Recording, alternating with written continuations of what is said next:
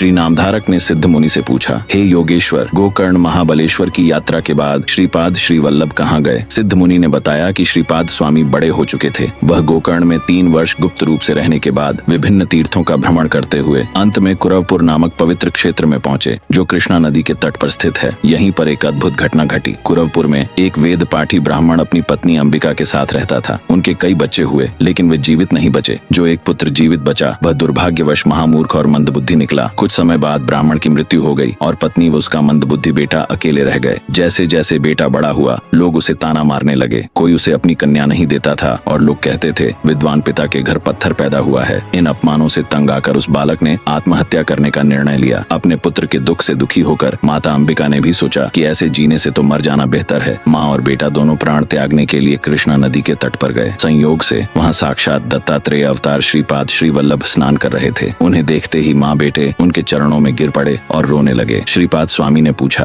तुम आत्महत्या क्यों करना चाहते हो? आत्महत्या महापाप है। अंबिका ने रोते हुए कहा, हे प्रभु, मेरे पति नहीं रहे और यह एकमात्र पुत्र मंदबुद्धि है। लोग इसका अपमान करते हैं। मैंने पिछले जन्म में जरूर कोई पाप किया होगा। अब मेरी बस एक ही इच्छा है कि अगले जन्म में मुझे आप जैसा ज्ञानी और तेजस्वी पुत्र प्राप्त हो। श्रीपाद स्वामी ने दयार्द्र होकर कहा, पुत्र प्राप्ति के लिए तुम शनि प्रदोष का व्रत करो और शिव जी की आराधना करो। इसके महत्व को समझाने के लिए उन्होंने एक पुरानी कथा सुनाई। प्राचीन काल में उज्जैनी नगरी में चंद्रसेन नामक राजा राज्य करता था, जो शिव जी का परम भक्त था। उसके पास एक मणिभद्र नामक मित्र ने दी हुई दिव्य चिंतामणि थी। उस मणि के लोभ में कई राजाओं ने उज्जैनी पर आक्रमण कर दिया। उस दिन शनिवार और त्रयोदशी थी। राजा चंद्रसेन निश्चिंत होकर शिव पूजा में लीन थे। यह देखकर नगर के ग्वालों के बच्चों ने भी खेल खेल में पत्थरों का शिवलिंग बनाया और भक्ति भाव से पूजा करने लगे। माताओं ने बच्चों को भोजन के लिए बुलाया। सब चले गए, लेकिन एक बालक पूजा में मग्न रहा। उसकी माँ ने क्रोध में आकर उस पत्थर के शिवलिंग को फेंक दिया और पूजा नष्ट कर दी। बालक बेहोश होकर गिर पड़ा। उसकी भक्ति देखकर भगवान शिव प्रकट हुए। उन्होंने उस स्थान को रत्न जड़ित मंदिर बना दिया और बालक को होश में लाकर वरदान दिया कि तुम्हारे वंश में स्वयं भगवान विष्णु कृष्ण रूप में अवतार लेंगे। शिव जी की कृपा और उस दिव्य प्रकाश को देखकर आक्रमणकारी राजाओं ने भी हार मान ली और राजा चंद्रसेन से मित्रता कर ली। कथा सुनाने के बाद श्रीपाद स्वामी ने उस मंदबुद्धि बालक को अपने पास बुलाया और अपने अमृतमयी हाथ उसके सिर पर रख दिए। चमत्कार हुआ। उसी क्षण वह मूर्ख बालक वेदों का ज्ञाता बन गया। उसके मुख से वेद मंत्र फूटने लगे। यह देखकर उसकी माँ आश्चर्यचकित रह गई। अंबिका ने पुनः श्रीपाद स्वामी से प्रार्थना की, प्रभु, आपके स्पर्श मात्र से मेरा पुत्र ज्ञानी हो गया। अब मेरी विनती है कि अगले जन्म में आप ही मेरे पुत्र बनकर आएं। श्रीपाद श्री वल्लभ ने तथास्तु कहा और वचन दिया, अगले जन्म में मैं तुम्हारे कोख से जन्म लूंगा। यही अंबिका अगले जन्म में कारंजा ग्राम में अंबा भवानी के रूप में जन्मी और उनके पुत्र के रूप में श्री नृसिंह सरस्वती का अवतार हुआ।